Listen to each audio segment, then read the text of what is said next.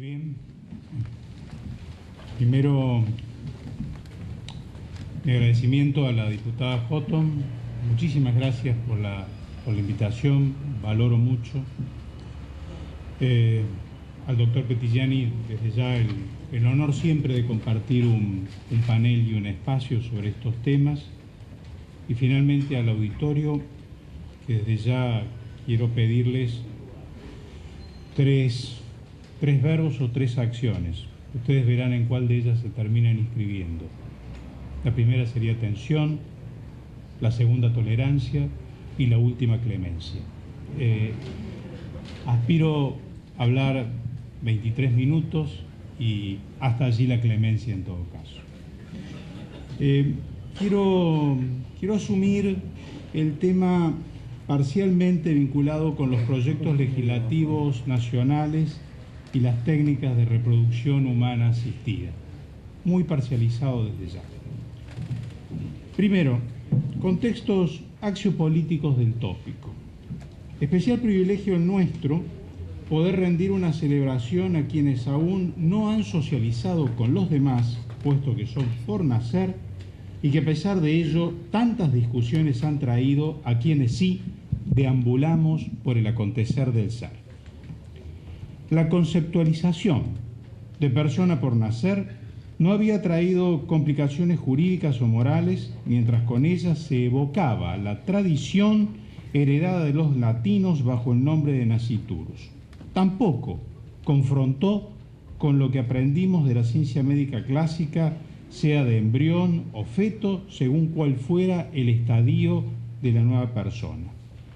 Sin embargo, tal concepto fundante del derecho fue implosionado, apareciendo de pronto como una cuestión controversial, no ya filosófica, sino metodológicamente, y también desde la dimensión política, por la utilización y paulatina aceptación del concepto de preembrión como un antecedente propio al embrión.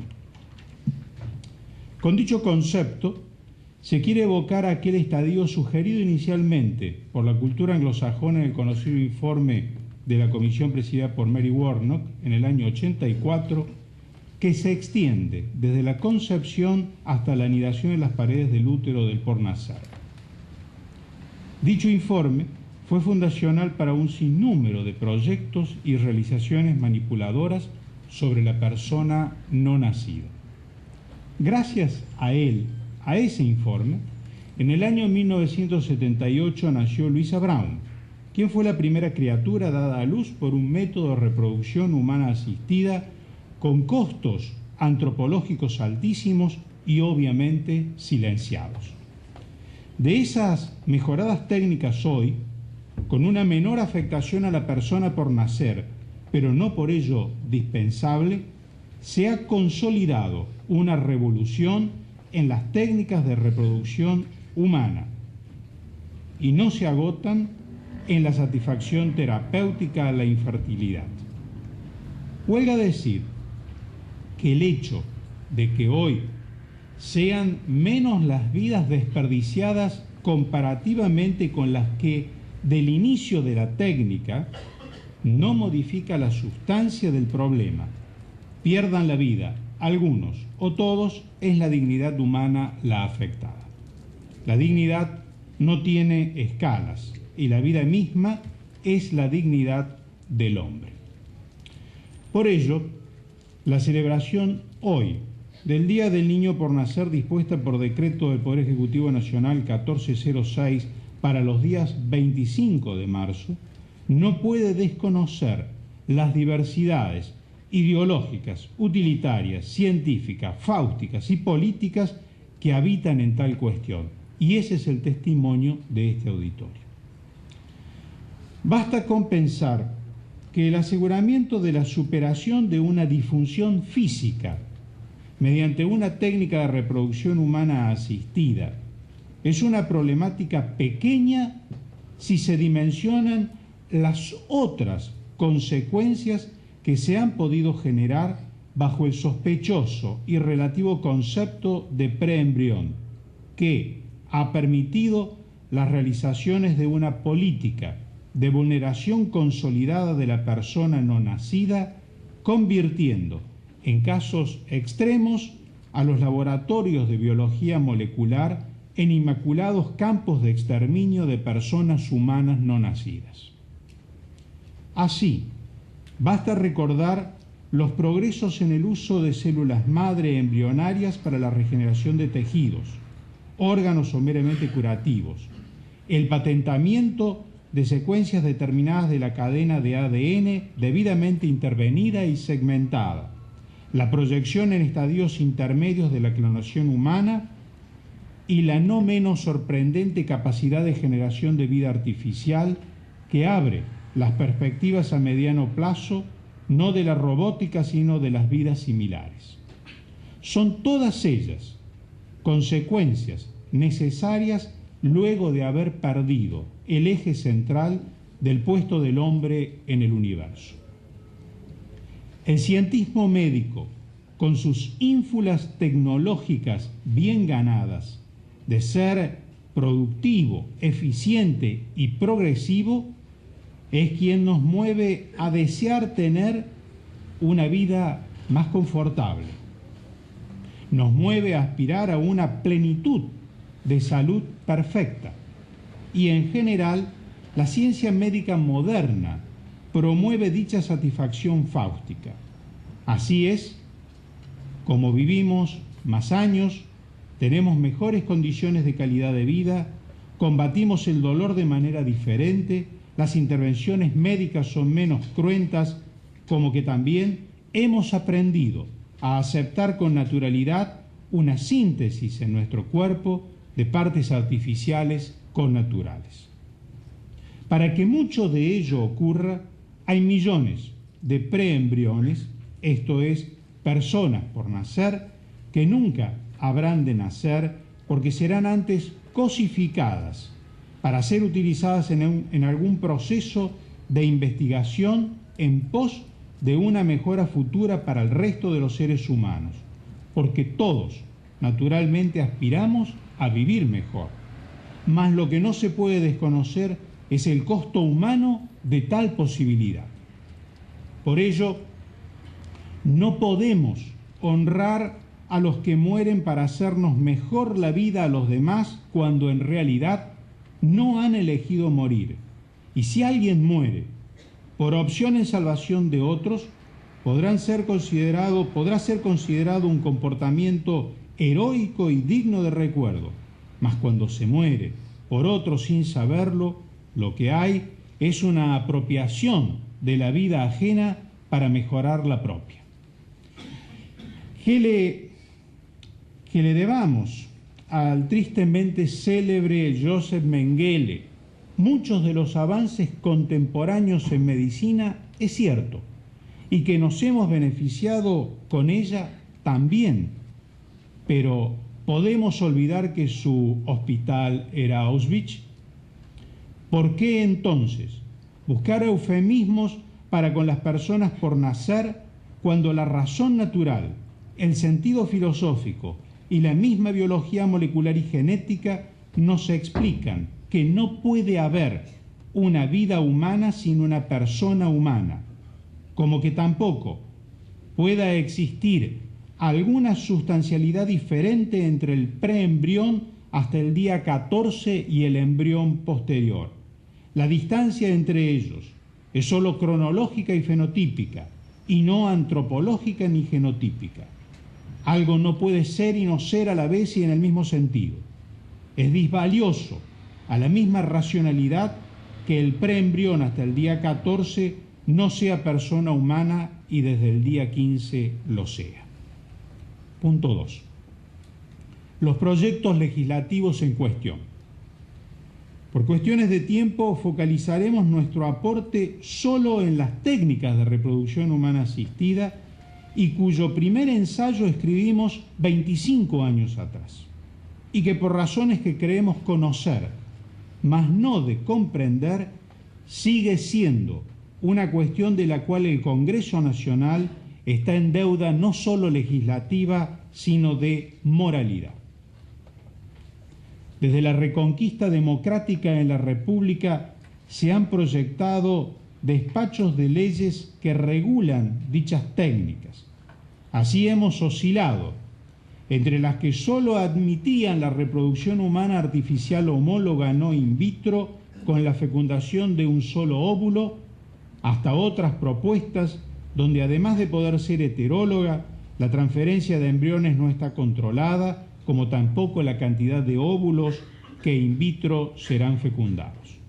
Lo cierto es que entre ambos extremos se puede transitar un camino que, sin ser el plenamente deseable desde una ortodoxia de teología moral, pues siendo la ley civil dispuesta para ordenar la vida, pasión y angustias de hombres que somos ciudadanos en una sociedad políticamente democrática y éticamente tolerante a la pluralidad ideológica y a la diversidad de cosmovisiones, y no correspondiendo entonces sino un camino de laicidad que no debe asimilarse como desprecio a la dignidad y valor trascendente de la vida humana naciente, es que debe ser buscada la respuesta normativa. Ello se impone porque hay que dar satisfacción ponderada a ciudadanos con disfunciones o trastornos sexuales, a médicos con equipos y laboratorios operativos y, por último, a personas por nacer dispuestas en laderas de nitrógeno líquido crioconservándose y que serán desechadas luego de comprobarse que no reúnen el estándar vital que la conformidad médico-científica reconoce suficiente. La escena biográfica de las técnicas de reproducción tienen por actores entonces, primero, los que la reclaman, segundo, los que la ejecutan y tercero, los que son productos de esos deseos y de esa manipulación. Hemos tomado conocimiento que existen en el Congreso de la Nación, con estado parlamentario, diversos proyectos de ley a tal respecto. No haremos una exégesis de ello. Reduciremos nuestra labor a postular algunas cuestiones implicadas con la persona por nacer, haciendo abstracción de cuestiones colindantes de tipo moral que son también importantes de discutir. A tales efectos destacamos que si bien existen cuestiones iteradas en varios proyectos, como que también se advierte cierto incrementalismo de uno a otro, y no se trata nuestra intervención aquí de hacer ponderaciones positivas o negativas a personas o ideologías, sino de ocuparnos de las instituciones en discusión. Nos referiremos a ellos bajo el proyecto 1, 2, 3 y 4. A su vez, sobre cada uno haremos un juicio valorativo respecto a su nivel de conflictividad desde la mirada de respeto y atención a la persona por nacer. La categoría ascendente es entonces conflictividad nula, 0%, baja 15%, media 50%, alta 80% y máxima 100%. Proyecto 1, y el único dato para identificarlo es que tiene 32 artículos y 9 capítulos. Que si bien puede parecer el proyecto 1 prima facie de una conflictividad baja, porque se prohíben como acciones el uso de embriones para experimentación, la comercialización y la donación de ellos, como que también la crioconservación por definición está prohibida, salvo situaciones momentáneas, y además de ello se consideran infracciones a la ley las conductas que impliquen prácticas sobre los embriones, tareas de investigación y o comercialización. Pero, sin embargo, no se puede desatender en que si bien los usuarios de esas técnicas, deben tener una disfunción reproductiva, con lo cual se coloca a la técnica en el ámbito de lo terapéutico y no de lo puramente utilitario, como que también deben ser los reclamantes una pareja estable, Lo cierto es que la mujer podrá tener hasta 50 años de edad, con lo cual se está imponiendo de una madre que habrá de proyectar una clara limitación a su sociabilidad familiar futura y más aún en sociedades como las actuales, donde los cambios culturales son vertiginosos y profundos. Tampoco parece del todo sano, aunque es correcto, que se prohíba la experimentación de embriones, que no exista el camino de la adopción de embriones, prohibiéndose directamente tal alternativa. Ello así porque no se puede omitir considerar que desde tiempo atrás existen en nuestro país gran cantidad de embriones crioconservados que si no existe la opción de la adopción, el camino es el desecho. No compartimos tampoco la definición posesiva que se hace de los progenitores sobre los derechos de los embriones crioconservados. Con ello, se coloca una sospecha acerca de la naturaleza de los embriones. Los derechos propios del ejercicio de la patria potestad no se ven afectados en el caso de embriones crioconservados. La vitrificación o crioconservación no modifica la sustancia de lo preservado. Por todo ello, en la apretada síntesis que ustedes advierten, el impacto negativo en la escala axioantropológica moral construida al efecto por quien habla es de conflictividad media y equivalente a un 50%.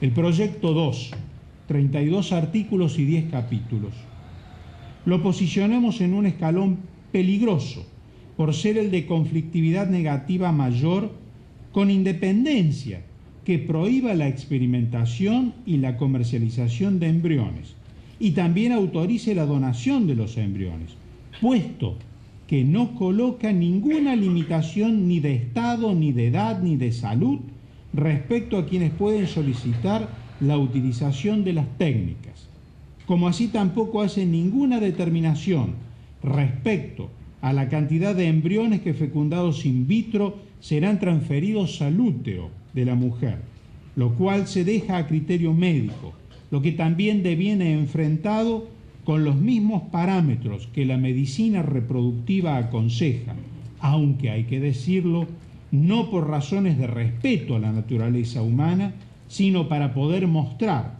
que el procedimiento de la técnica de reproducción es eficaz pero no redundante en términos generativos de la prole.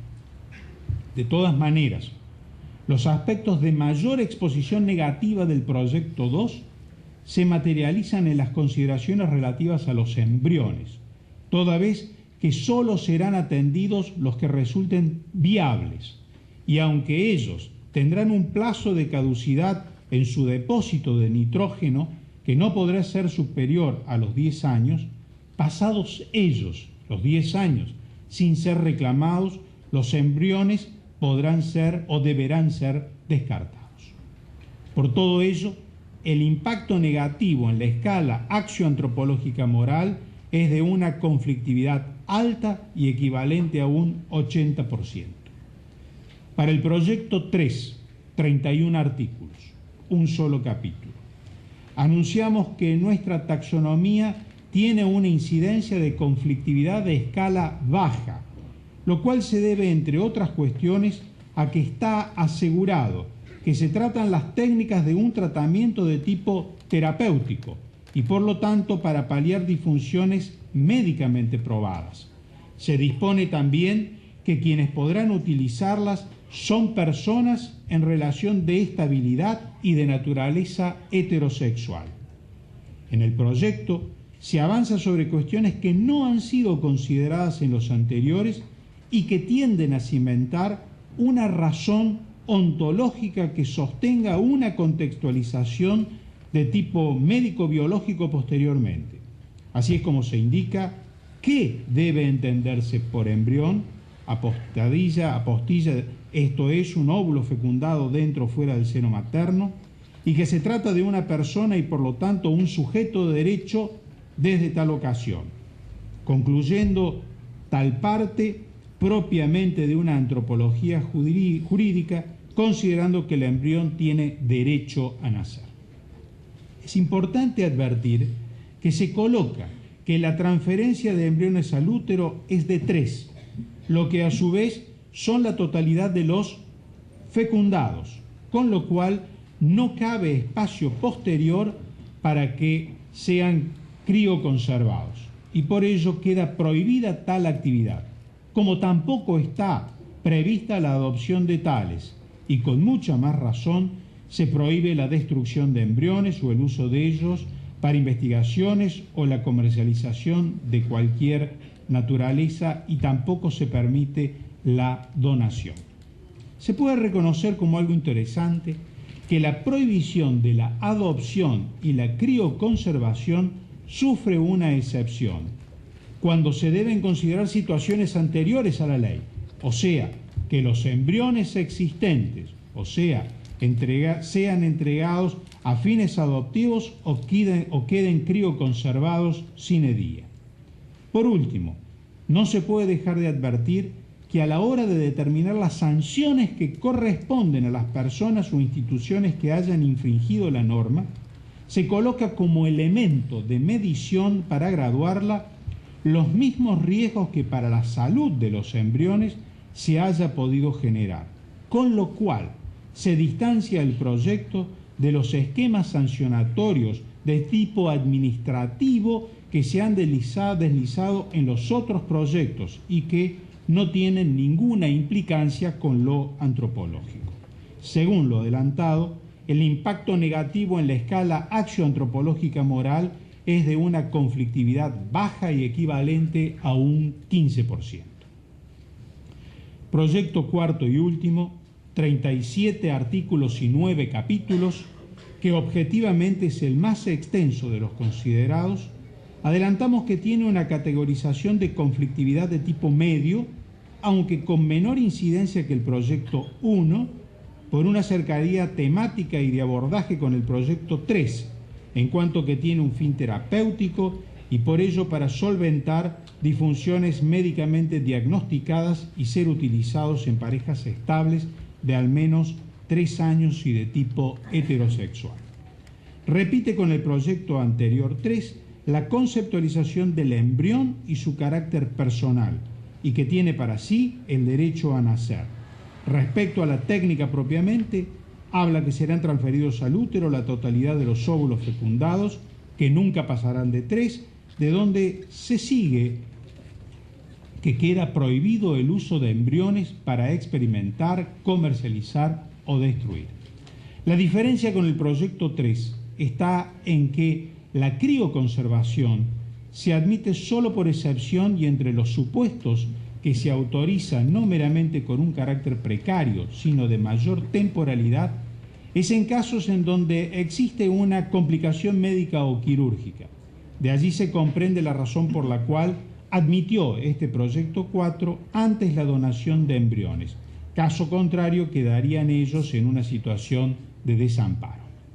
De todas formas, no comprendemos en lo concreto por qué razón se dispuso en el proyecto 4 el concepto de donación cuando pudo seguirse el camino de la adopción prenatal, que hubiera sido más acorde a la naturaleza antropológica del objeto de dicho acto de gratuidad. Por todo ello, el impacto negativo en la escala axioantropológica moral es de una conflictividad media y equivalente a un 35%. Finalmente, y para concluir, cabe señalar que de los proyectos de ley que hemos tomado conocimiento, los numerados al 3 y 4 resultan poseer una hermenéutica compatible con un respeto básico a la naturaleza humana. Dicho ello, no parece desconsiderado sostener que la mejor celebración que se puede hacer a la persona por nacer es asegurarle en el marco de las coberturas de respeto, cuidado y atención que sin existir norma alguna son aspectos que quedan subvertidos frente al patrón de la eficacia, utilidad y economía.